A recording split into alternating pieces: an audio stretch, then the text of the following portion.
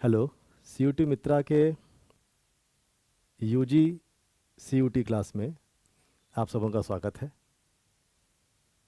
आज हम लोग जो कॉमन अपना पेपर है मैथमेटिक्स का, उसके रिलेशंस के जो दो क्लासेस हो गए हैं, उसके बाद के क्लासेस उसके फॉलो करते हुए क्लास थर्ड की चीज़ें देखेंगे। स्पेशली इस क्लास में इक्विवेलेंस रिलेशन पे और अलग अलग प्रैक्टिकल एग्जाम्पल में हम रिलेशंस को कैसे पहचान सके, इन चीज़ों पर ध्यान देंगे। तो अपने कॉपी और पेन निकाल लीजिए, हम लोग आगे चलते हैं रिलेशंस की तरफ। लास्ट डे हम लोगों ने जो कर लिया है रिलेशंस के अंदर, रिलेशंस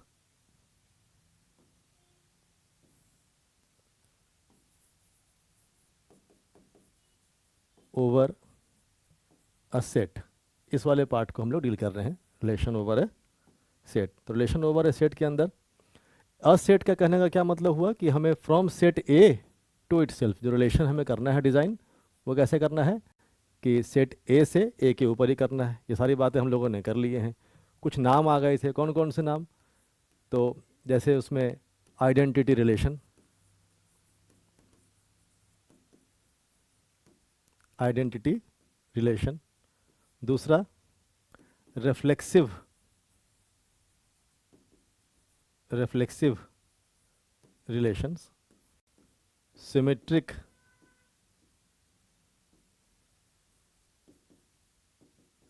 रिलेशन। Transitive relation. ये सब हम लोगों ने कर लिया है। और भी इसके अलावा और भी रिलेशंस हैं, एंटी सिमेट्रिक, एसिमेट्रिक, इररिफ्लेक्सिव, ये सारे हम लोगों ने केसेस किए हैं। इनमें कितने सिमेट्रिक, कितने रिफ्लेक्सिव, ये सब भी हम लोगों ने डिजाइन कर लिया था कि if set A contains an elements. मैंने कहा था कि मैं आप लोगों को एक लिस्ट दूंगा जिसको आप ठीक से एक रिवाइज करने के तरीके से उसको भी अगर देखते हैं तो चीज़ें आप आसान तरीके से रिकॉल कर लेंगे। अदरवाइज़ मुझे उम्मीद है कि आप लोगों ने पिछले क्लासेस के अनुसार अपने नोट्स में भी ठीक से उन चीज़ों को कर लिया होगा।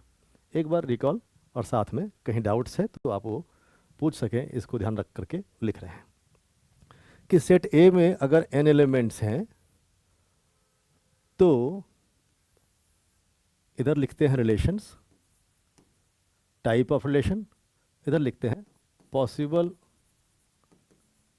Number of relations. ठीक है ना? Over the set, over the set ए। इस तरफ टाइप ऑफ, अलग अलग टाइप लेंगे। तो फर्स्ट में आइडेंटिटी रिलेशन, आइडेंटिटी रिलेशन कितने पॉसिबल हैं? सिर्फ एक। इसमें एक पार्ट और बांट लेते हैं, possible number of elements, possible number of elements, उस रिलेशन में कितने एलिमेंट्स पॉसिबल है।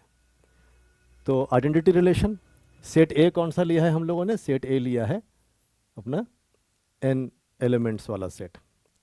सेट ऑफ वॉवेल्स तो 5 एलिमेंट्स का हो जाएगा। सेट ऑफ बिट्स तो 2 एलिमेंट्स का सेट हो जाएगा। तो ये सेट आप अपने हिसाब से जैसा आपको क्वेश्चन में मिलता है उसके अनुसार ले सकते हैं। तो how many different identity relations are possible? तो there is one identity relation. और इसमें कितने एलिमेंट्स पॉसिबल होंगे? इस रिलेशन में कितने एलिमेंट्स होंगे? देर एग्जैक्टली n एलिमेंट्स, जितने इसके अंदर हैं उतने ऑर्डर्ड पेयर्स उसमें शामिल होंगे, तभी वो आइडेंटिटी बन सकता है। अगर उससे कम है तो फिर आइडेंटिटी रहेगा ही नहीं, ज़्यादा हुआ तो नहीं रहेगा आइडेंटिटी। तो जितने एलिमेंट्स सेट ए में हैं एग्जैक्टली उतने ऑर्डर्ड पेयर्स उसके अंदर रहेंगे। डेफिनेशन आपने देखा और लास्ट डे की चीज़ें जो है वो समझ में अपने हिसाब से हैं। Second, reflexive relations. अगर किसी सेट ए में n एलिमेंट्स हैं तो उस सेट के ऊपर how many different reflexive relations are possible? तो to the power n square minus n, two the power n square minus n। How many elements are possible in that relation जो कि reflexive है उसमें कितने elements possible हैं। तो क्या बताया था, इसमें n से लेकर के n स्क्वायर तक एलिमेंट्स रह सकते हैं, n से लेकर के n स्क्वायर तक एलिमेंट्स रह सकते हैं। थर्ड, रिफ्लेक्सिव के बाद कौन सा रिलेशन, इररिफ्लेक्सिव, जो हम लोगों ने किया है उनमें से irreflexive relation. How many possible number of relation जो है over the set A, same जितने रिफ्लेक्सिव उतने ही अलग अलग रिफ्लेक्सिव रिलेशंस पॉसिबल हैं किसी सेट ए जिसमें n एलिमेंट्स हैं। नंबर ऑफ एलिमेंट्स कितने पॉसिबल हैं, अगर इररिफ्लेक्सिव चाहते हैं तो ध्यान होगा कि जो डायगोनल एलिमेंट्स बने थे, 1 की दोस्ती 1 से नहीं हो सकती, 2 की दोस्ती 2 से नहीं हो सकती, 3 की दोस्ती 3 से नहीं हो सकती, तो उनको हटा दें। तो क्या आया था कि 0 से लेकर के n स्क्वायर माइनस n तक एलिमेंट्स पॉसिबल हैं उस रिलेशन में, possible number of elements in relation, जिस टाइप की बात करते हैं उसके अंदर। ओके, थर्ड हो गया। फोर्थ, सिमेट्रिक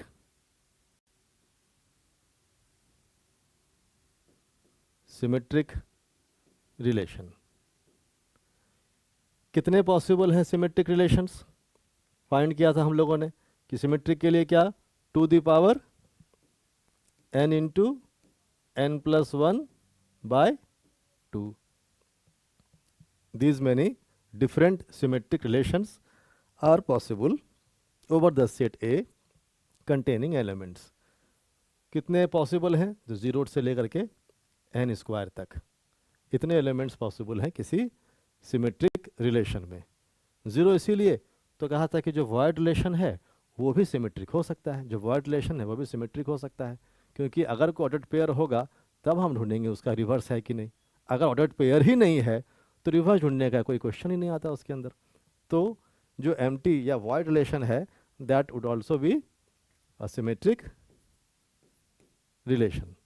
सिमेट्रिक के बाद किसकी बात हुई थी, एंटी सिमेट्रिक रिलेशन की। Anti symmetric relation, anti symmetric relation कितने पॉसिबिलिटी आई थी एंटी सिमेट्रिक रिलेशन में, तो टू द पावर याद आ रहा होगा, डायगोनल्स एलिमेंट्स के हमने येस और नो, और जो नॉन डायगोनल्स थे हर पेयर ऑफ पेयर्स के डील होने के तीन तरीके, ऑप्शंस, तीन ऑप्शंस अवेलेबल थे। तो to the power n into 3 the power n square minus n by 2। कितने एलिमेंट्स पॉसिबल है एंटी सिमेट्रिसिटी वाले में, कितना पॉसिबल है एलिमेंट्स। तो एंटी सिमेट्रिक के लिए क्या कहानी आई थी कि अपने पास जो डायगोनल्स हैं, एकदम ध्यान से समझिएगा कि इसमें जो डायगोनल्स हैं इनके पास ये प्रेजेंट रहें, for example 1 2 3 and so on n तक, ऐसे ही 1 2 3 एंड सो ऑन n तक। तो 1 विथ 1, 2 विथ 2, ये सारे एलिमेंट्स रहें या ना रहें इसके लिए टू द पावर n। और जो नॉन डायगोनल्स हैं जैसे 1 विथ 2 एंड 2 विथ 1, इन दोनों में से या तो दोनों गायब रहें, या एक रहे तो दूसरा नहीं, या दूसरा है तो पहला नहीं। तो तीन ऑप्शंस थे डील होने के for non diagonals. Pair of pairs की बात कर रहे थे, इन दोनों की बात हम इकट्ठे करेंगे, 1 2 और 2 1 की डीलिंग एक साथ होगी, 1 2 और 2 1 की डीलिंग एक साथ होगी। अब कहानी क्या है कि हम कितने एलिमेंट्स उसमें रख सकते हैं। तो अगर हमने एक पार्ट को उठा लिया तो इतने नंबर ऑफ एलिमेंट्स पॉसिबल हैं। एक पार्ट के बाद जो उसका काउंटर पार्ट है इनमें से एलिमेंट ना आए, इधर का आया तो वहाँ को वो मिसिंग होना चाहिए। तो कितने एलिमेंट पॉसिबल हैं, या तो 0 हो जाए चलेगा, और 0 से लेकर के कहाँ तक, तो n स्क्वायर टोटल एलिमेंट होते हैं, माइनस n डायगोनल हटा दिया, बाय 2 और प्लस n, मतलब फाइनली अगर करें तो 0 से लेकर के कितने एलिमेंट आ गए, n into n plus 1 by 2 elements तक पॉसिबल हैं एंटी सिमेट्रिक के लिए। और जैसा कि बताया था कि how many different transitive relations are possible, how many different transitive relations are possible. तो इसके लिए जनरलाइज फॉर्मूला अपने पास नहीं बनता है, ठीक। स्पेशल केसेस के लिए अगर किसी सेट में नंबर ऑफ एलिमेंट्स डिसाइडेड हैं, वो चाहे 2 3 4 रहे या it could be 10 elements, then for the specific case we can find the number of transitive relations possible over the given set A. पर जनरलाइज तरीके से in terms of N we can not give the formula for this, कोई trick नहीं है। हाँ, number of elements कितने होंगे, 0 से लेकर के एन स्क्वायर तक कुछ भी आ सकता है। तो ये अपने पास एक लिस्ट आ गया रिलेशंस और उसके पॉसिबिलिटीज़, उसमें नंबर्स के जो भी है उसके अवेलेबिलिटी के हिसाब से। अब एक बड़ा इंपॉर्टेंट टॉपिक इसके बाद, इक्विवेलेंस रिलेशन। इक्विवेलेंस रिलेशन किसे कहा था? A relation R over the set A is said to be equivalence if it is reflexive, symmetric,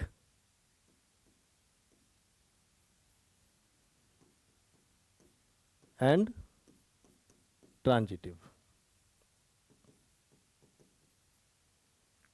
ठीक है, अगर ये तीनों की तीनों बात ट्रू होती है किसी रिलेशन पर कि वो रिलेशन रिफ्लेक्सिव भी है, सिमेट्रिक भी है और ट्रांजिटिव भी है, अगर ये तीनों बात ट्रू है तब जाके हम बोल पाते हैं कि ठीक है वो रिलेशन हमारा जो है वो इक्विवेलेंस रिलेशन है। बहुत सिंपल, आसानी से समझने का चीज़। ठीक है, ये हो गया equivalence relation. Now the thing is, इसके बाद कुछ क्वेश्चंस हैं। पहला क्वेश्चन तो अपने पास ये भी है कि जैसे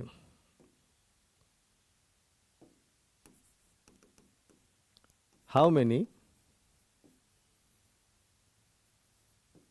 different equivalence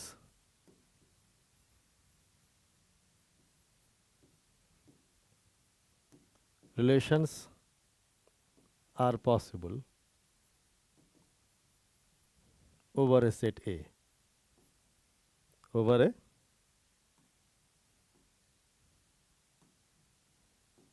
set A।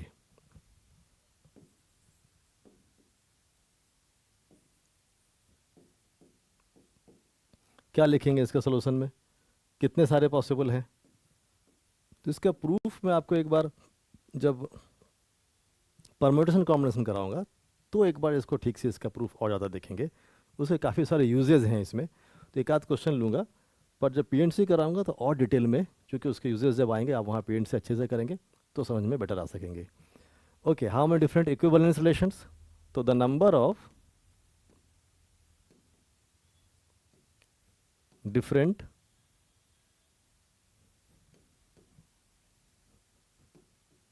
equivalence relations over the set A is equals to, बहुत ध्यान से, the number of ways to decompose, क्या मतलब है? Partition,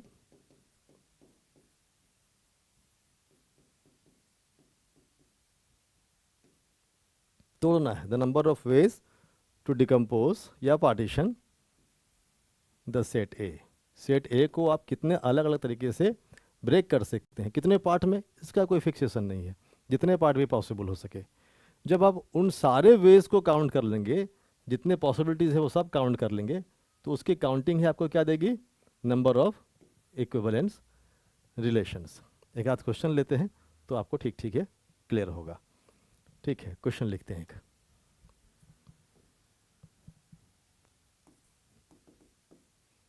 find the possible number of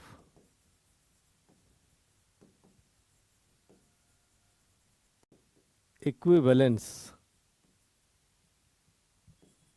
relations over the set A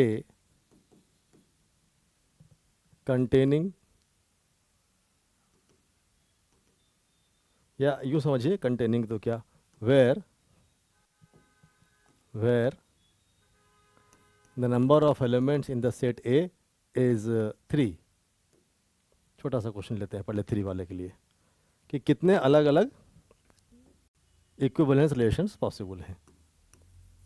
तो जैसा पता है कि नंबर ऑफ इक्विवेलेंस रिलेशन निकालने के लिए क्या है कि in how many ways we can decompose the given set, क्या करना है, the number of ways to decompose the given set A, कितने तरीके से हम सेट ए को ब्रेक कर सकते हैं, डिकम्पोज या पार्टीशन कर सकते हैं, उस काउंट को ठीक ठीक से समझना है और उसकी काउंटिंग फाइंड करनी है। तो कैसे करेंगे, जैसे इसमें कितने एलिमेंट दिए हुए हैं, 3 एलिमेंट्स, कैसे कैसे बांट सकते हैं, कितने पार्ट से बांटने हैं, नंबर ऑफ ए है ना, the number of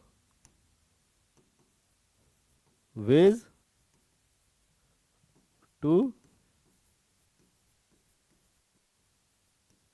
decompose the set A, set A को कितने तरीके से हम ब्रेक कर सकते हैं। तो 3 को एक तो सिंपल है कि भाई एक ही पार्ट में बांटे, सिंपल 3,0 ऐसा मान लीजिए कि भाई एक ही पार्ट में रहने दिया, टुकड़े किए ही नहीं। और क्या तरीका हो सकता है कि ऐसे पार्टीशन करें कि एक पार्ट में 2 एलिमेंट और एक पार्ट में 1 एलिमेंट रह जाए। और क्या पॉसिबिलिटी बन सकती है कि हमने एक एक एलिमेंट के 3 पार्ट्स कर दिए, एक एक एलिमेंट्स के 3 पार्ट्स कर दिए, तो इस केस में क्या हो जाएगा, 1 1 1।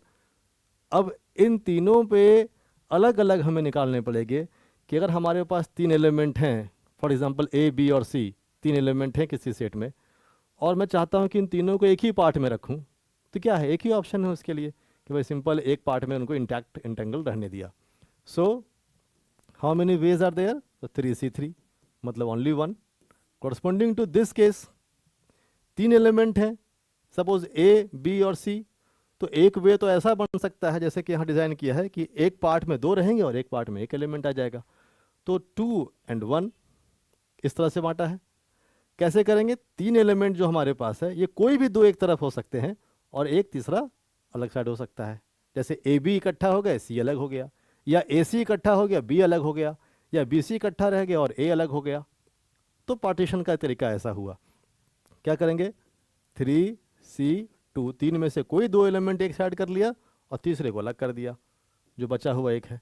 तो कुछ इस तरह से सिंप्लीफाई करेंगे तो कितना मिल जाएगा, 3C2 इज़ 3 और 1C1 इज़ 1। इसके कॉरस्पॉन्डिंग 3 में से कोई एक एक तरफ, बचे 2 में से एक एक तरफ और लास्ट का एक एक तरफ। और पी एंड सी में जानते हैं कि अगर ये सिमिलर चीज़ें हैं तो जितनी बार रिपीट हो रही हैं उसके फैक्टोरियल से हम डिवाइड करते हैं, जितनी बार रिपीट हुए उसके फैक्टोरियल से डिवाइड करते हैं। सिंप्लीफाई करेंगे तो क्या मिल जाएगा, 1। तो total number of ways to decompose the set A is 5 over the set of 3 elements. So क्या कह सकते हैं, therefore the required number of such equivalence relations is equals to कितना हो गया, 5। ये हमारा आंसर है। ठीक, तो सेट ए के ऊपर कितने, 5 हो गए। इसी तरह से आप लोगों के लिए एक समझने और प्रैक्टिस करने के लिए होमवर्क के लिए क्या है, find the possible number of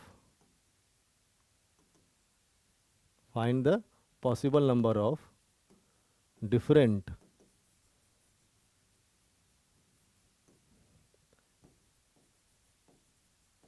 equivalence relations over the set A where set A contains 4 elements. ठीक है, ये आपके लिए होमवर्क है, कैसे फाइंड करेंगे वो आपको ठीक से देखना है। मैं एक छोटा सा लिस्ट देता हूँ जिससे कि आप उसको वेरीफाई कर सकेंगे। तो फॉर एग्जांपल हमारे पास सेट ए में जो n एलिमेंट्स है इधर लिखेंगे, 0 एलिमेंट हो सकता है, 1 हो सकता है, 2 हो सकता है, 3 हो सकता है, 4 हो सकता है, 5 हो सकता है, चलिए 6 भी ले लिया ऐसे। और इस पर possible number of different equivalence relations. अगर सेट ए में 0 एलिमेंट है, मतलब नल सेट है, वॉइड सेट है, तो उसके ऊपर भी एक इक्विवेलेंस रिलेशन बनेगा। हाउ, ये आपके पास क्वेश्चन मार्क है, आप एक बार इसको ठीक से अपने हिसाब से खुद सोचिएगा, करके कोशिश कीजिएगा, ना हो तो पूछिएगा, डिस्कस कीजिएगा क्लास में। ठीक है, अभी आप ध्यान से देखेंगे। सेट में अगर एक एलिमेंट है तो कितने पॉसिबल है? Only one. सेट में अगर दो एलिमेंट्स हैं then how many different equivalence relations are possible? वही कहानी है, जैसे दो एलिमेंट है तो या तो आप टू में रहने दीजिएगा या वन वन में बांटिएगा। तो इस तरह से बना के स्ट्रेटेजी आप यहाँ भी फाइंड कर सकते हैं। 2 3 हम लोगों ने भी फाइंड किया था। 5 कि अगर सेट ए में 3 एलिमेंट्स है तो number of equivalence relations is 5। Possible number 3 पे इतना है। 4 एलिमेंट है तो 4 को कैसे आप कैटेगराइज कीजिएगा? 4 के लिए 4 3 1 2 2 2 1 1 1 1 1 1 एंड सो ऑन। इसके बाद जो कॉम्बिनेशन का हेल्प से आप इसके लिए चीज़ें फाइंड कर सकते हैं, जो वैल्यू आपको चाहिए वो फाइंड कर सकते हैं। क्या आएगा डेटा बता रहा हूँ, याद मत कीजिएगा, याद करने से अच्छा एक बार उसको प्रूफ करके सॉल्व करके देखिएगा। 15 5 वाले के लिए कैसे 5 एलिमेंट हैं तो कितना होगा? 52।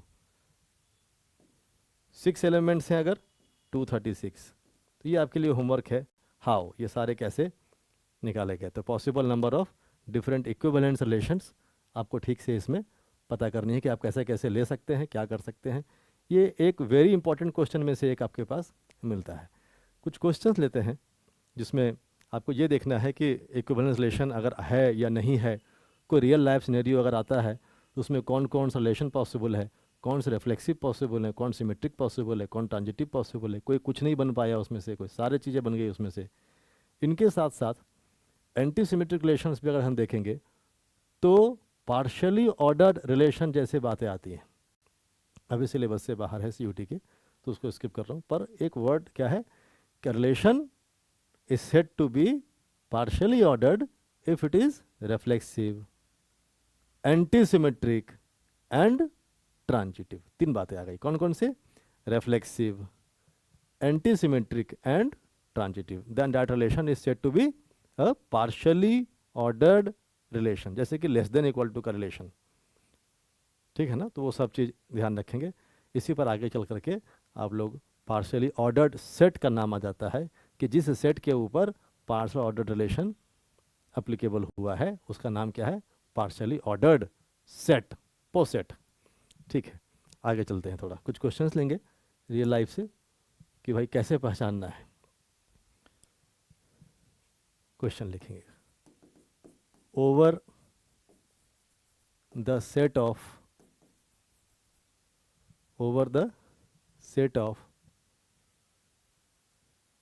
natural numbers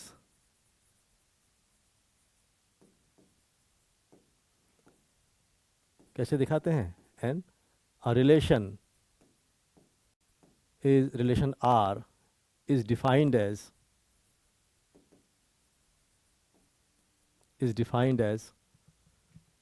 A related to B, और ये A और B कहाँ से आए? सेट ऑफ नेचुरल से। A related to B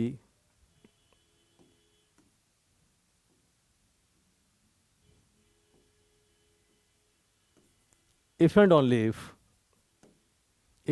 if A into B is more than or equal to 0।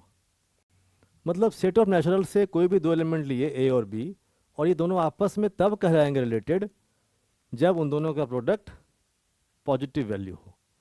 ठीक है, ऐसा हमने कोई रिलेशन डिजाइन कर दिया।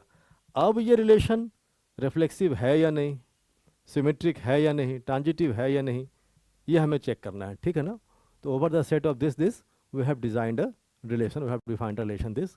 चेक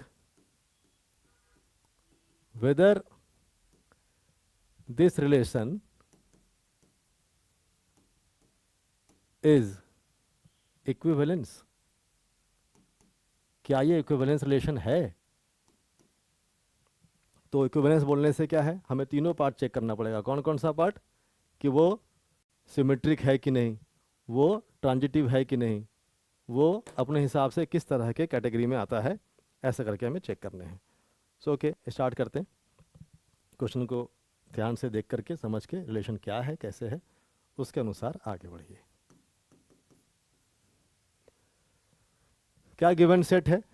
जो अपने पास सेट ए हुआ करता था, अभी क्या दिया हुआ है? Set of all natural numbers. क्या क्या होते हैं नेचुरल नंबर्स में? 1 2 3 4 5 एंड सो ऑन, कभी ख़त्म नहीं होने वाला, कुछ इस तरह से। ये सारे सेट ऑफ नेचुरल्स हो गए।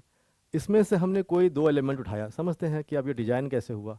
जैसे कि क्या 1 3 से रिलेटेड है, तो अगर मैंने 1 को मल्टीप्लाई कर दिया 3 से तो कितना आया 3, विच इज़ मोर देन और equal to 0, definitely yes, positive value है। तो इसका मतलब 1 रिलेटेड टू 3, ऐसा हम बोल सकते हैं।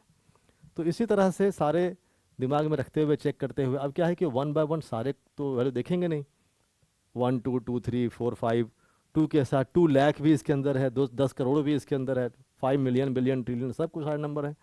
तो कैसे करते हैं, एक इजी क्वेश्चन है, खूब इजी से वेरिफिकेशन देखेंगे इसका। तो वेरिफिकेशन देखते हैं। फर्स्ट में क्या चेक करना है, रिफ्लेक्सिविटी। रिफ्लेक्सिविटी, ठीक है, क्या ये रिलेशन आर जो हमने डिज़ाइन किया है, ये रिलेशन रिफ्लेक्सिव है, हाँ या ना। तो एक सिंपल सी बात है, सिंस कोई भी नंबर, या ऐसे करते हैं, let A belongs to any natural number, जो भी है ए कोई नेचुरल नंबर है और इसमें लेते हैं। अब एक बताइए कि हमें क्या चेक करना है रिफ्लेक्सिविटी के लिए, कि क्या कोई भी एलिमेंट मैं पिक करूं इस एन से तो वो खुद से रिलेटेड है या नहीं, ये हमें चेक करना है फर्स्टली। तो क्या करेंगे, ए इंटू ए को मल्टीप्लाई किया है खुद से, मतलब क्या बनेगा, ए स्क्वायर।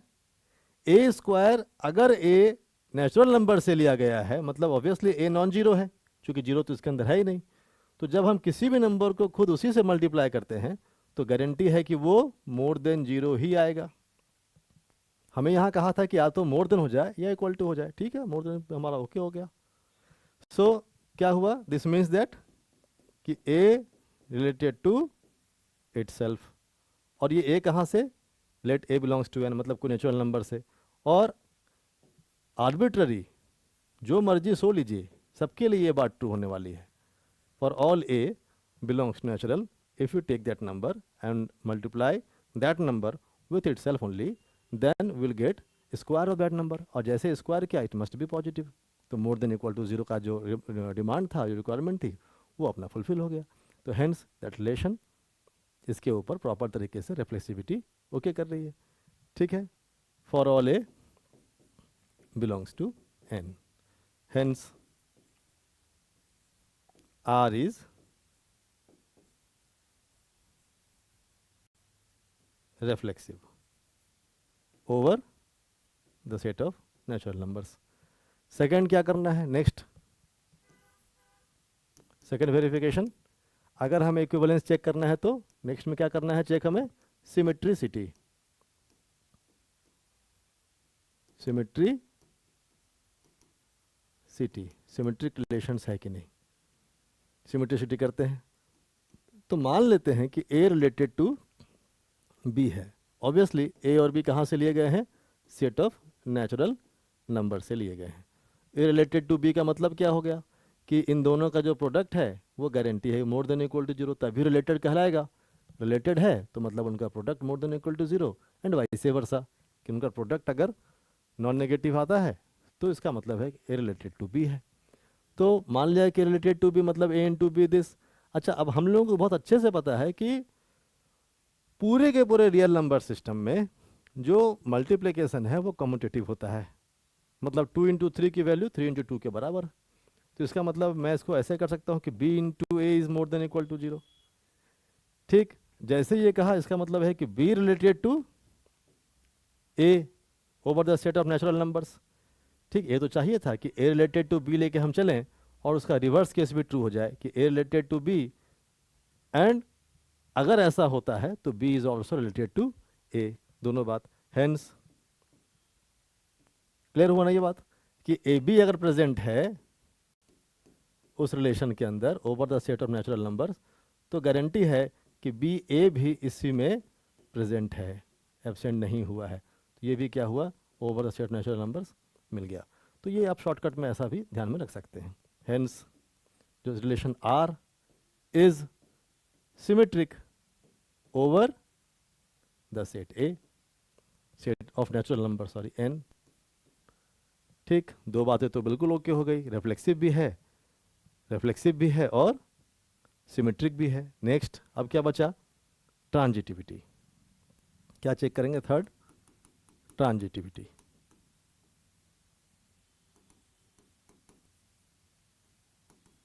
खूब शांति से पढ़िएगा, ज़्यादा इसमें हो हल्ला मचाने की जरूरत नहीं है। इसी तरीके से समझते गए, कुछ क्वेश्चन प्रैक्टिस किए, खूब शोर शराबा करेंगे, ध्यान कहीं और भटकता है, वैसे नहीं करना है, थोड़ा सा कंसेप्चुअल चीज़ है तो हिसाब से करेंगे और एक हैबिट बन जाएगी कि फिर आराम से पढ़ने वाली, ठीक है ना, थोड़ा सा ध्यान से करेंगे। ट्रांजिटिविटी क्या है, let A related to B and B related to C, जैसा डेफिनेशन में हम लोगों ने पढ़ा था बस उसी तरह से। ए बी सी कहाँ से आए, ए बी सी कहाँ से लिए हमने, नेचुरल नंबर्स के सेट से लिए, मतलब ये भी नेचुरल नंबर्स हैं। और कैसे लिए, जब मर्जी सोच, बी आर्बिट्ररी, बिल्कुल अपने हिसाब से जो मन में आया, ऐसा नहीं है कि स्पेसिफिकली हमने किसी को चुना है, जो मन में आया आर्बिट्ररीली रैंडमली उसको पिक कर लिया। 3 नंबर पिक किए, कौन, ए बी और सी, और ऐसा चुना कि ए की दोस्ती बी से है और बी की दोस्ती सी से है। अगर ऐसा है कि ए की दोस्ती बी से है और बी की दोस्ती सी से है, तो इसका मतलब क्या हो गया कि ए इंटू बी अगर मैं लिखूं तो ये नॉन नेगेटिव आएगा, और साथ ही साथ बी इंटू सी करूँ तो भी नॉन नेगेटिव आएगा। ठीक है, ये दो अपने पास चीज़ें सपोज गिवन है। चेक क्या करना है कि ए रिलेटेड टू बी और बी रिलेटेड टू सी, तो क्या ए रिलेटेड टू सी होगा। अगर हाँ ऐसा हो गया तो इसका मतलब है कि हमारे पास जो रिलेशन गिवन है वो ट्रांजिटिव भी होगा। सो हमें चेक करना है कि नाउ क्या हमें करना है, चेक टू चेक, ये मन में रखने की चीज़ छोटा सा, to check whether A related to C, मतलब क्या, हमें चेक करना है कि ए इंटू सी ये गारंटी है क्या कि मोर देन इक्वल टू 0 होगा। ये बात हमें अपने मन ही मन में एज ए टास्क कि भाई हमें इसके बाद जो वेरिफिकेशन कर रहे हैं वो ये बात दिखा दे। अगर दिखा पाए कि हाँ ऐसा कंफर्म है, आप एश्योर कर पाते हैं, then definitely we will say the given relation is transitive relation. Clear, तो A into B more than 0, B into C more than 0, whether A into C is more than 0।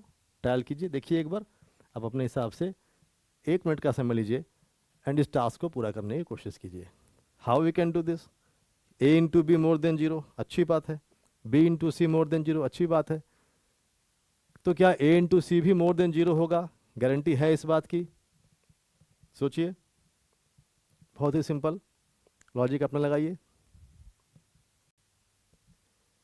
एक logic तो बड़ा अच्छा कि भाई जब सबके सब नेचुरल नंबर हैं तो किसी दो नेचुरल का प्रोडक्ट लिया जाए तो वो भी क्या होगा, automatically more than equal to 0 ही तो होगा। क्लियर, नेचुरल नंबर से है तो सिंस ए एंड सी दोनों नेचुरल नंबर से ही हैं तो कंफर्म है इस बात का कि A into C is more than equal to 0। तो ये तो बस एक तरह से बहुत सिंपल सा क्वेश्चन था, आराम से। आगे जो क्वेश्चंस आएंगे उसमें थोड़ी सी चीज़ें ट्विस्ट होंगी, तो जो भी डाउट अगर आ रहा है तो आप इस पर अपने कमेंट्स में डालिए या आप क्वेश्चन लाइव सेशन में पूछ लीजिए। So A into C is more than equal to 0। Clearly यही टास्क था, ये टास्क हमने फुलफिल कर लिया है, कोई टेंशन ही नहीं है। Hence R is transitive over the set of natural numbers. अब रिफ्लेक्सिव भी है, सिमेट्रिक भी है, ट्रांजिटिव भी है, हेंस आर इज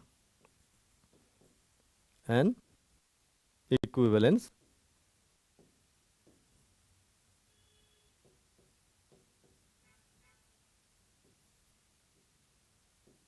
रिलेशन।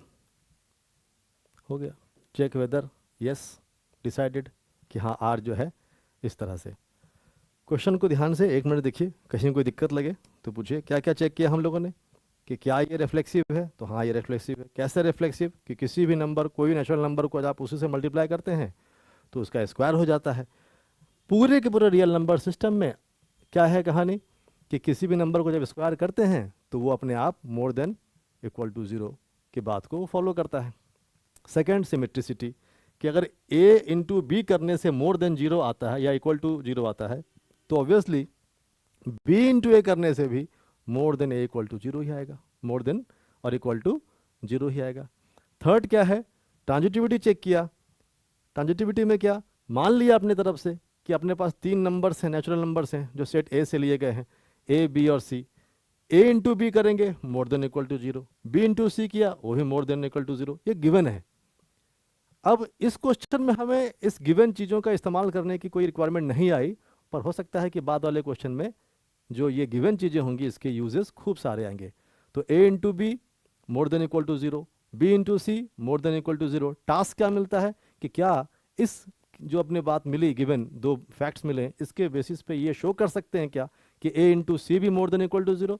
बोला हाँ भैया, इसमें तो कोई दिक्कत ही नहीं है, set of all natural numbers है, आप ए इंटू सी मल्टीप्लाई करेंगे तो natural into natural will be natural number, वो हमेशा मोर देन इक्वल टू 0 होता ही है। तो यहाँ तो कोई टेंशन नहीं आई।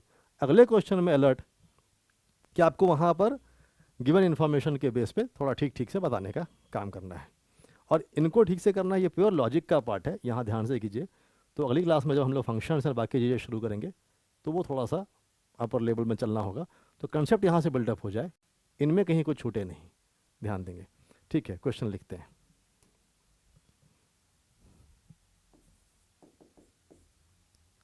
बिल्कुल पिछले वाले क्वेश्चन के अनुसार, over the set of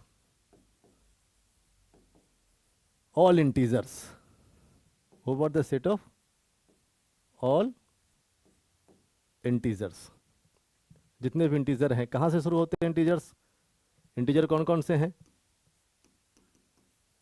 0 1 2 3 -1 -2 and so on, ये सब के सब integer.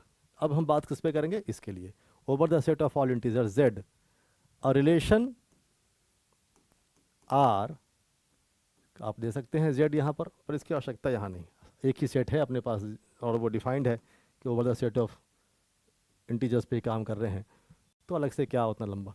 Relation r is defined as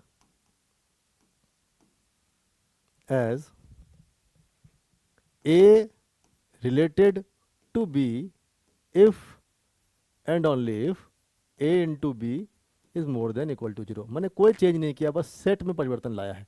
वहाँ सेट ऑफ नेचुरल नंबर्स था, यहाँ पर सेट ऑफ इंटीजर्स लिया है, और कोई अंतर नहीं। ठीक, check whether this relation is equivalence,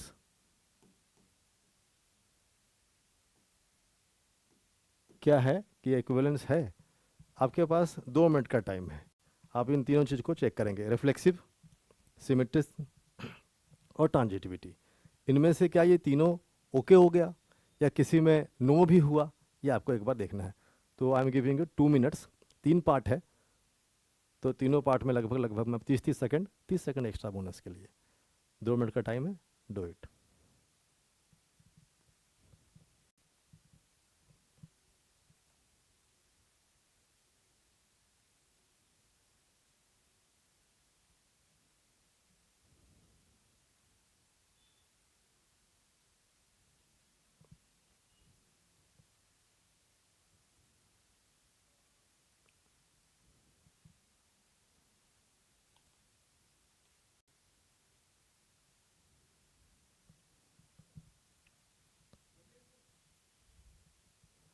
question कर रहे हैं, ठीक है, अब करते हैं सॉल्व, और ट्राई कर रहे हैं तो करिए।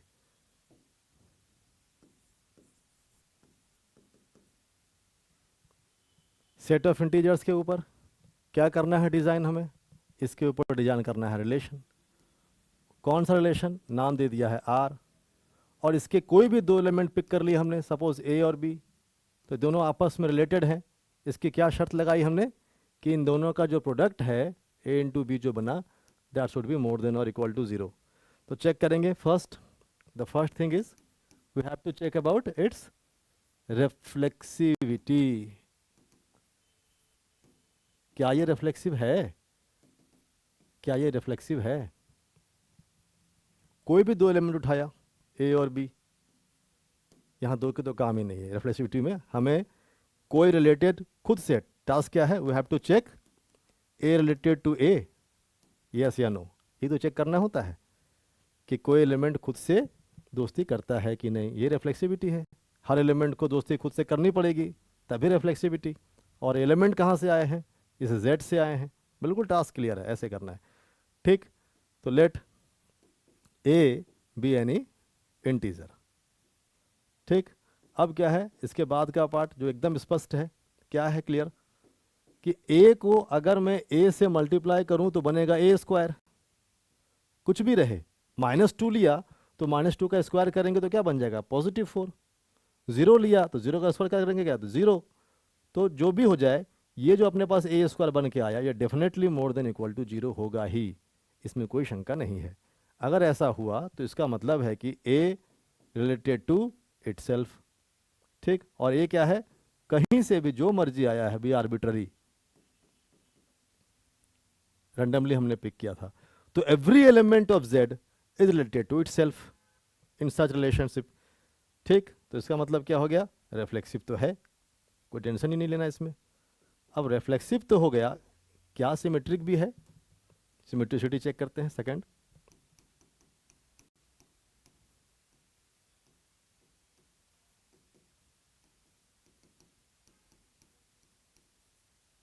सिमेट्रिक है कि नहीं। क्या करना होगा इसके लिए, कि एज्यूम करते हैं कि, एज्यूम तो क्या, आप जो मर्जी से पिक करते हैं इसके से, let a and b belongs to the set of integers, be arbitrary. जो आपको लेने का, जो भी कहीं से पिक करने का, आर्बिट्ररी का मतलब यही हुआ कि आप रैंडमली किसी से पिक कर सकते हैं। हिंदी में बड़ा अच्छा नाम है, यादृच्छ रूप से। ठीक, सच दैट कुछ इस तरह से है कि a रिलेटेड टू b है, ऐसा मान लिए कि a रिलेटेड टू b है। अच्छा, a रिलेटेड टू b है, अच्छी बात है, इसका मतलब है कि a into B more than equal to 0 हुआ होगा। और हमें साफ साफ पता है कि कम्यूटेटिव लॉ होल्ड करता है मल्टीप्लिकेशन में, तो अगर a into B more than 0 है तो b इंटू ए भी मोर देन 0 हुआ होगा। अगर a into B more than 0 है तो गारंटी है ना इस बात की कि b इंटू ए भी मोर देन 0 हुआ ही होगा। इसमें हमें कोई टेंशन लेना ही नहीं है इस बात में, एकदम ओके ओके करके। जैसे b इंटू मोर देन 0, क्या हम करेंगे यहाँ से कंक्लूड कि अच्छा है कि b भी रिलेटेड है a से, मतलब अपने आप सिमेट्रिक है। इसका मतलब क्या मिल गया कि r इज सिमेट्रिक। ये तो चाहिए था। नेक्स्ट, नेक्स्ट ट्रांजिटिविटी चेक करना है।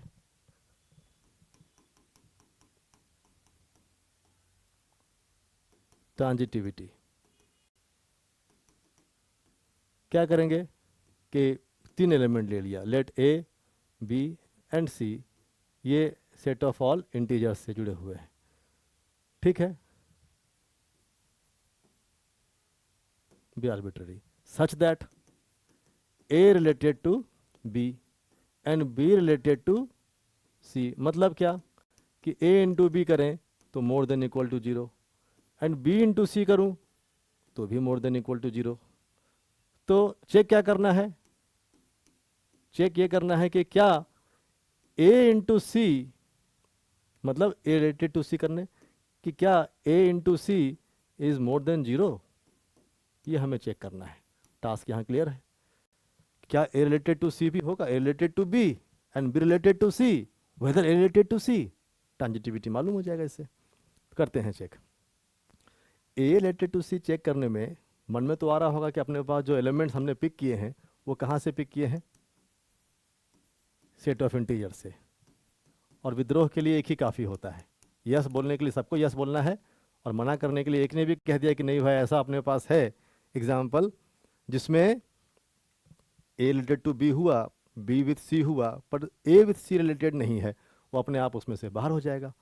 तो क्या करेंगे इसके लिए, देखिए ध्यान से। a रिलेटेड टू b के लिए मैं एग्जाम्पल उठा रहा हूँ अलग अलग केस बना करके, जैसे समझने में इजी भी हो जाए कि 2 इंटू 0, ठीक है ना, 2 इंटू 0, क्या ये मोर देन इक्वल टू 0 है।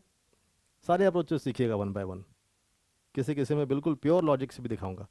2 इंटू 0 मोर देन और इक्वल टू 0 है, हाँ, और का सेंस या तो मोर देन हो या 0 हो, ओके हो जाएगा। तो मोर देन और इक्वल टू 0, हाँ इक्वल टू 0 है तो ये बात ओके। एंड 0 इंटू -3, क्या ये मोर देन इक्वल टू 0 है, हाँ ये भी ठीक है, क्योंकि 0 से मल्टीप्लाई किसी को करेंगे तो 0 आना है इसमें। अब हमें चेक करना है, जैसे यहाँ ए का रोल प्ले कर रहा है कौन, 2, बी का रोल प्ले कर रहा है 0 और सी का रोल प्ले कर रहा है -3। तो क्या ए रिलेटेड टू सी होगा, क्योंकि ए विथ बी कंफर्म हो गया, बी विथ सी भी कंफर्म हो गया, तो क्या ए विथ सी होगा, तो चेक करते हैं। बट अपने आप दिखेगा 2 को जब मल्टीप्लाई करेंगे -3 से तो वो मोर देन या इक्वल टू, दोनों में से कुछ नहीं रह जाता, लेस देन हो जाता है -6 से लेस देन 0। तो इसका मतलब क्या हुआ कि 2 रिलेटेड तो था 0 से एंड 0 रिलेटेड था किससे, -3 से, but 2 is not related to -3। इसका मतलब ट्रांजिटिविटी इस केस में फेल हो गई। जब एक केस में भी फेल तो fail, hence R is not transitive. अब यहां जो आर्बिट्ररी की बात थी, हमारे पास ऐसे एग्जाम्पल है जहां की ये बात फ्लॉप हो रही है। तो not transitive over the set of all integers. क्या हुआ कि रिफ्लेक्सिव, यस रिफ्लेक्सिव तो है, रिफ्लेक्सिव अपने पास यस, सिमेट्रिक यस, लेकिन ट्रांजिटिव नो, इक्विवेलेंस हुआ तो क्या लिखेंगे, hence R is not equivalence over the set of integers because R is not transitive, R is not transitive, ये हमारा आंसर हो जाएगा। ठीक है, एक बहुत फेमस सा क्वेश्चन जो पिछले बार पेपर में आया भी था, उसको करते हैं deal.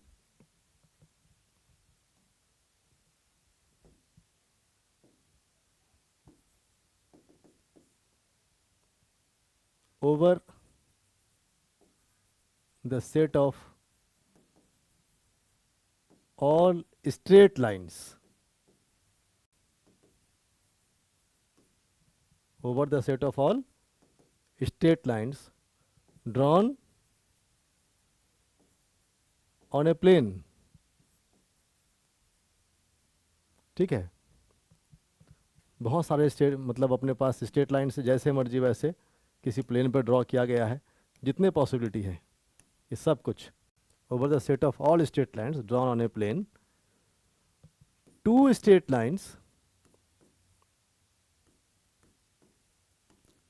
lines are said to be related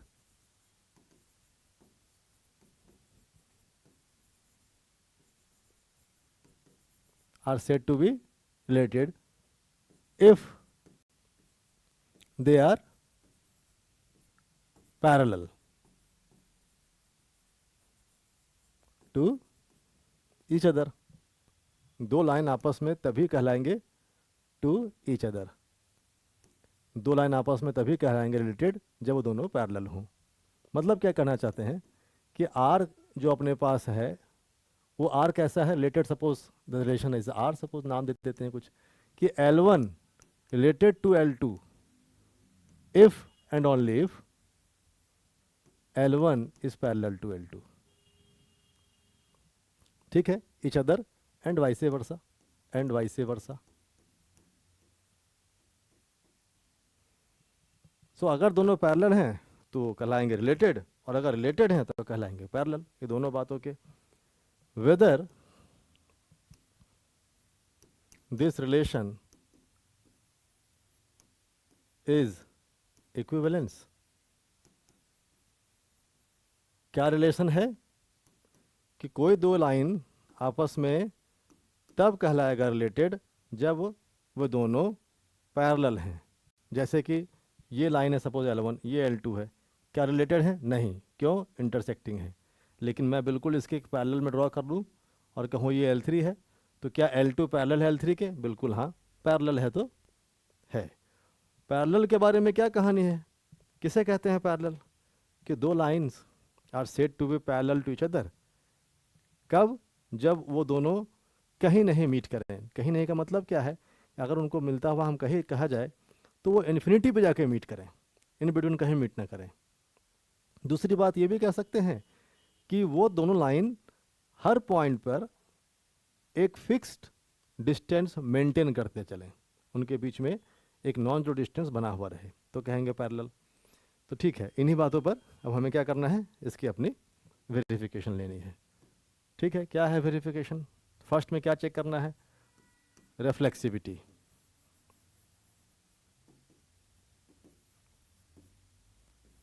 मतलब क्या कोई line, suppose L1 is parallel to L1, हाँ या ना? टेक योर टाइम, सोचिए, क्या कोई लाइन कभी खुद के पैरेलल हो सकता है क्या? ड्रॉ कीजिए। जो फंडा है पैरेलल होने का, उस फंडा में क्या है कि लाइन दोनों पैरेलल तब होंगे जब वो दोनों जाके कहाँ मीट करें? इन्फिनिटी पर। उसके पहले कहीं वो मिलते हुए ना दिखें। ठीक है, सो सोचिए, is it possible that any line is parallel to itself? Never possible. अपने पास तीन केस होता है, या तो लाइन दोनों इंटरसेक्टिंग हो जाए, या लाइन दोनों पैरेलल हो जाएं, या लाइन आपस में कोइंसाइड कर जाएं। याद आ रहा होगा कैसे कहते थे? Unique solution, no solution, infinitely many solution, linear equations के केस में। तो कोई भी लाइन कभी भी खुद के पैरेलल नहीं होता है, नेवर पॉसिबल। तो इसका मतलब आर इज नॉट रिफ्लेक्सिव। कोई भी लाइन खुद के पैरेलल दिखाई नहीं है तो नहीं है। नेक्स्ट क्या करेंगे? Symmetricity.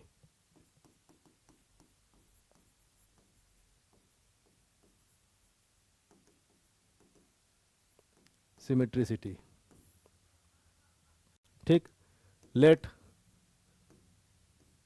L1 parallel to L2, कोई दो लाइन ले लिया, पैरेलल है।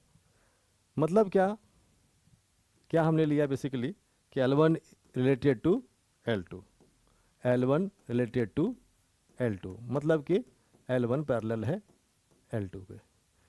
अब अगर L1 पैरेलल है L2 के तो डेफिनेटली L2 पैरेलल होगा। ईच अदर बोलते हैं कि अगर L1 L2 के पैरेलल है तो इसका मतलब है कि L2 L1 के पैरेलल होगा।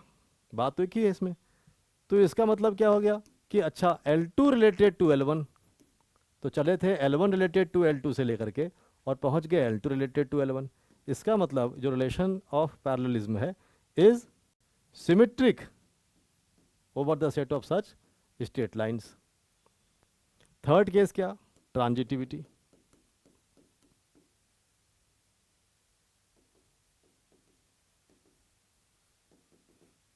ट्रांजिटिविटी ये चेक करेंगे। इसमें क्या करना होगा? अब दो case, let L1 related to L2 and L2 related to L3, तो चेक करना है क्या L1 पैरेलल टू L3 होगा। हर केस में ये चेक करना है कि अगर L1 पैरेलल टू L2 है और L2 पैरेलल टू L3 है तो क्या L1 पैरेलल टू L3 होगा, गारंटी है। तो जैसा कि हम लोगों ने भी देखा, इसका आगे का पार्ट करते हैं। यहाँ भी बहुत अच्छा काम करेगा कंट्रडिक्शन समझदारी से करने का। सारे ये सब एक्सेप्शनल केसेस में आप इनको काउंट कर सकते हैं इन क्वेश्चंस को, कि ठीक है क्योंकि L1 पैरेलल टू L2 है, अच्छी बात है, और मैं कुछ भी ले सकता हूँ। तो मान लेते हैं कि L3 की जगह पर हम L1 ही ले रहे हैं, क्योंकि है हमारे पास ये राइट कि सिमेट्रिक तो है ही। तो क्लियरली अगर L1 पैरेलल टू L2 है तो गारंटी है कि L2 भी पैरेलल टू L1 होगा। तो A related to B and B related to whatever C, तो A रिलेटेड टू C होना चाहिए था। तो इससे क्या मिलना चाहिए कि L1 पैरेलल टू L1 होना चाहिए। ये शुरू का L1 इस बात के L1 के पैरेलल होने चाहिए।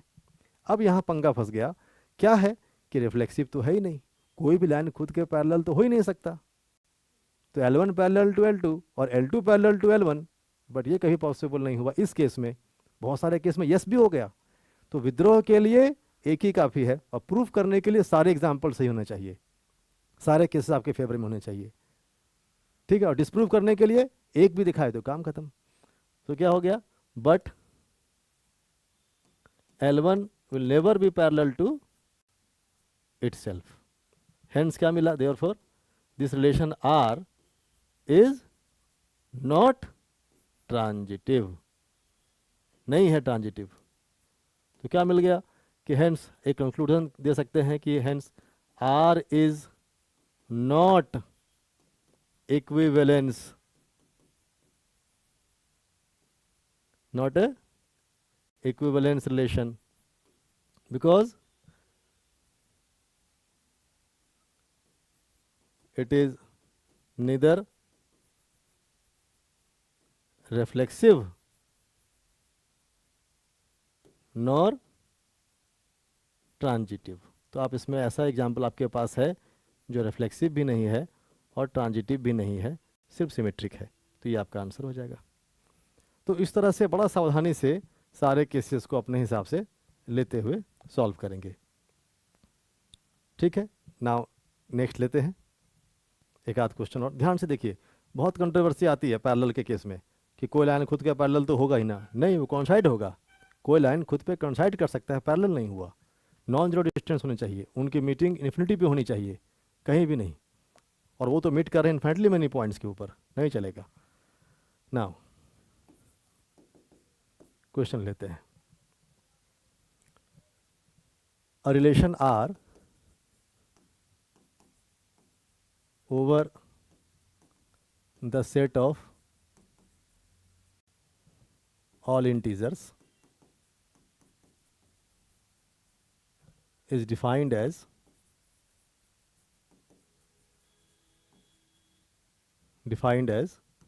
a related to b, जो हमने ध्यान किया है, related to b if and only if a divides b। ठीक है ना, a क्या है, b को डिवाइड करता हो तभी वो रिलेटेड है, नहीं तो वो रिलेटेड नहीं है। और ऐसा हमने डिजाइन किया कि अगर पहला वाला दूसरे को डिवाइड करता है तो हम कहेंगे कि a की दोस्ती b से है। फिर से मैं बोलूँगा कि a b को डिवाइड करता है तो b a को करेगा, इसकी कोई गारंटी नहीं है। a अगर b से रिलेटेड है तो यहाँ बिल्कुल ये बात आप अपनी ओर से मत सोचिए कि b is also related to a, वो अलग बात है। सिमेट्रिसिटी में ये तो करते हैं, ठीक है ना। तो check whether this R is equivalence, क्या ये आर इक्विवेलेंस है। एकदम आराम से 1 मिनट का समय लीजिए, सोचिए और सोच करके फिर हम सॉल्व करेंगे। खूब इजी है, मज़ेदार क्वेश्चन है। रीजनिंग के तरीके से इन चीज़ों को टैकल करिए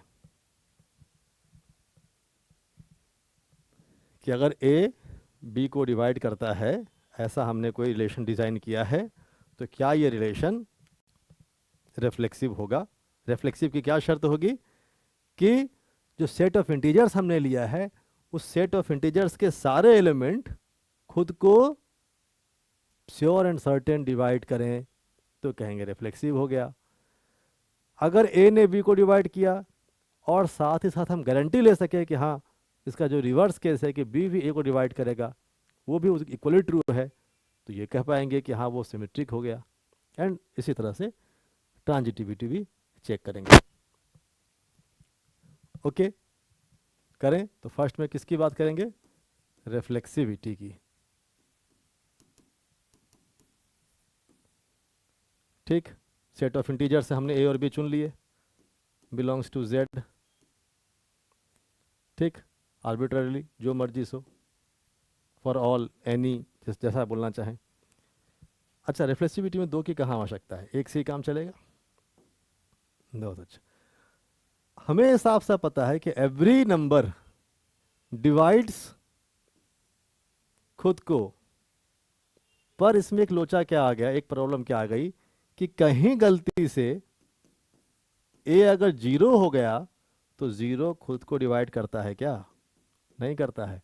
और सेट ऑफ इंटीजर्स में 0 भी शामिल है, तो विद्रोह के लिए तो एक ही काफ़ी है। बाकी सब ने कहा 1 डिवाइड करता है खुद को, हाँ 1 खुद को डिवाइड करता है। 2 डिवाइड करता है खुद को, हाँ करता है। 5 डिवाइड करता है खुद को, हाँ करता है। -3 डिवाइड करता है खुद को, यस -3 डिवाइड्स इटसेल्फ, आउटकम 1।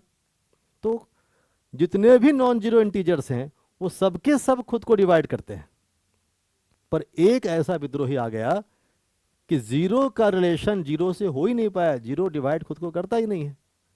अब यहां पंगा फंस गया कि भाई इसमें तो ऑल की बात होनी चाहिए। रिफ्लेक्सिविटी में क्या है, every element must be related to itself, every element, कोई छूटने ना पाए। छूट गया इसमें जीरो, ठीक है ना।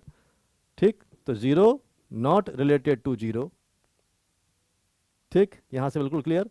हेंस एक भी छूटा तो छूटा, R is not reflexive, R is not reflexive. सबसे आसान दिख रहा था कि हर एलिमेंट डिवाइड तो करता है। अगर यहाँ पर सेट ऑफ नेचुरल नंबर्स होता ना तो काम चल जाता है। नेचुरल नंबर में जीरो नहीं आता है, जिस भी सेट में जीरो नहीं है वहाँ ये चलता रिफ्लेक्सिविटी, पर अपने पास जीरो शामिल है अगर तो मना करना पड़ा। सिमेट्रिसिटी,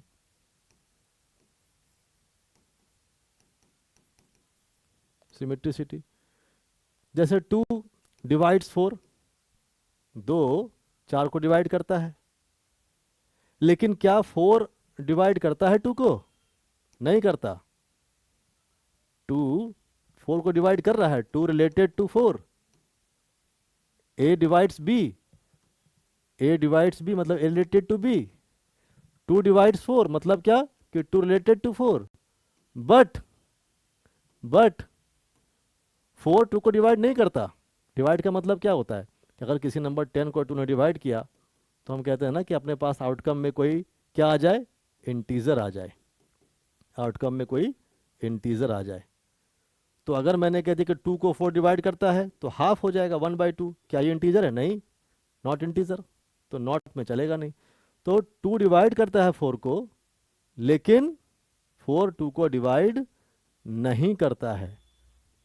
ठीक, तो 2 divides 4 but 4 not divides 2। A related to B पर B not related to A, एक एग्जाम्पल ही काफ़ी है। हेंस इस केस में क्या हो गया, नॉट सिमेट्रिक, रिफ्लेक्सिव भी नहीं और सिमेट्रिक भी नहीं। Third case, transitivity.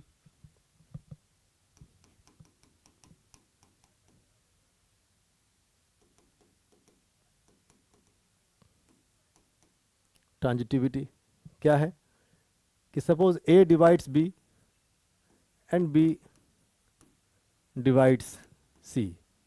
A ने B को डिवाइड किया और B C को डिवाइड करता है, तो क्या वेदर A डिवाइड्स C, ये हमें चेक करना है। ठीक, तो देखिए कितना अच्छा लॉजिक से बनता है। इस क्वेश्चन को अलग तरीके से करेंगे। सिंस A डिवाइड्स B, इसका मतलब है क्या कि जब मैं B को डिवाइड करूं तो अपने पास कुछ मान लेते हैं कि कोई इंटीजर आ जाएगा। डिवाइड का मतलब यही है। Suppose n1 and B divides C, related है, B डिवाइड्स, ठीक है ना, A related to B and B related to C, ये गिवन है, ऐसा मान के चलेंगे। डिवाइड्स C मतलब जब C बाई B करें तो हमें एक यहाँ भी मिलेगा n2 जो कि एक इंटीजर ही है, it is also an integer. ये दो बातें मिली। अब चेक क्या करना है, चेक ये करना है कि क्या A C को डिवाइड करेगा, गारंटी लेनी पड़ेगी। तो टू चेक नाउ क्या चेक करें हैं कि A C को डिवाइड कर रहा है क्या, मतलब अगर C बाई A कोई इंटीजर मिल जाए तो अपना काम हो जाए। तो C बाई A को मैं ऐसे कर सकता हूँ क्या कि C by B into B by A, B से मल्टीप्लाई भी किया और डिवाइड भी किया। एक बात की गारंटी यहाँ पर क्या, किस तरह से कि B अगर C को डिवाइड कर रहा है तो परफेक्ट हमें पता है कि डिवाइड तभी करते हैं जब डिनोमिनेटर जीरो नहीं होता है। तो B पक्का जीरो नहीं हो सकता, A जीरो नहीं हो सकता, ये सब गारंटी ले लिया हमने डिवाइड करने का नाम जैसे ही बोला। तो जैसे हमने जंक्शन में लिया, मतलब जो डिनोमिनेटर है must not be equal to zero, confirm हो गई बात। सो क्या हुआ, C बाई ए को मैंने ऐसे कर दिया कि B से डिवाइड भी किया, मल्टीप्लाई भी किया। अब C बाई ए की वैल्यू कितनी है, C बाई B की वैल्यू, C बाई B की वैल्यू है n2। n2 क्या है, एक इंटीजर, और B बाई A क्या है, ये एक इंटीजर, और दो इंटीजर का प्रोडक्ट क्या मिलता है, वो भी एक इंटीजर। दो इंटीजर का प्रोडक्ट क्या होता है, एक इंटीजर। मतलब क्या हो गया, यस ए जो है वो सी को डिवाइड कर रहा है, ए डिवाइड्स सी। मतलब क्या, हेंस क्या कंक्लूड कर सकते हैं, क्या पाया हमने कि ए रिलेटेड टू बी, हाँ, एंड बी रिलेटेड टू सी, हाँ ये एज्यूम किया था। इसके बेस पे हमने क्या प्रूव कर दिया, ए related to C.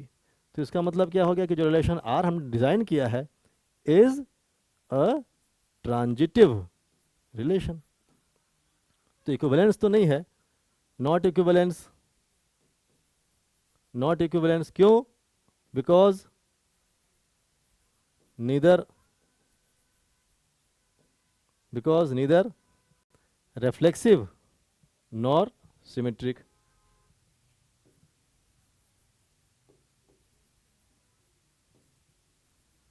Not symmetric. तो ये हमारे पास आंसर आएगा, क्या आया, देखिए ये कितना अच्छा रिलेशन है, एक ऐसा रिलेशन जो ना तो रिफ्लेक्सिव है ना ही सिमेट्रिक है बट ट्रांजिटिव है, एक बड़ी बात बन के आती है। ठीक है, तो हम लोग यहाँ आज रखते हैं, अपने पास एक क्वेश्चन जैसे बाकी डेज में देता हूँ वैसे एक यहाँ भी अगर होमवर्क होगा। If A contains 5 elements, then how many different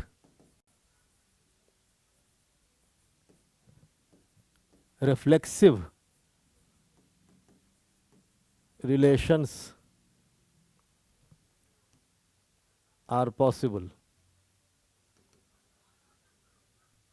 over different reflexive relations, कुछ नाम दे देते हैं, आर लिखने में आसानी हो जाएगी, R possible over the set A containing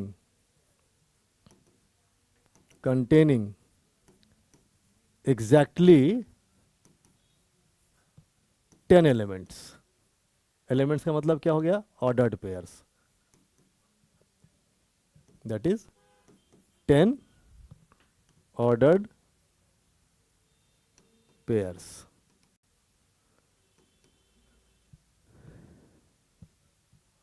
ठीक, क्वेश्चन बिल्कुल क्लियर है, हिंट दे रहा हूं तो हिंट में लीजिए और क्वेश्चन ट्राई अपने आप से करना है। हिंट में क्या कि सेट ए अपने पास कितने एलिमेंट्स रखे हुए हैं, 5 एलिमेंट्स। इस पर हमें जो बनाने हैं रिलेशन, उस रिलेशन में कितने एलिमेंट हो सकते हैं, 0 से लेकर के 25 तक हो सकते हैं। रिफ्लेक्सिव की बात करेंगे तो किसी रिफ्लेक्सिव में 5 to 25 तक पॉसिबल हैं, जो हम लोगों ने फर्स्ट स्लाइड में किए हैं, n to n स्क्वायर तक पॉसिबल है, इतने हो गए। नाउ अब इसकी क्या कहानी हो जाएगी कि कितने रिलेशन चाहिए, कितने एलिमेंट्स का, तो टोटल इसके अंदर इस रिलेशन में कितने एलिमेंट्स, 10 एलिमेंट्स होने चाहिए, और ये रिलेशन रिफ्लेक्सिव भी होना चाहिए। तो ऐसे शर्त को पूरा करने वाले कितने रिलेशंस मिलेंगे इस सेट ए के ऊपर। ठीक है, तो आज हम लोग यहीं तक रखते हैं क्लास, जो डाउट लगे वो डाउट आप लिख करके कमेंट सेक्शन में दीजिएगा। Thank you.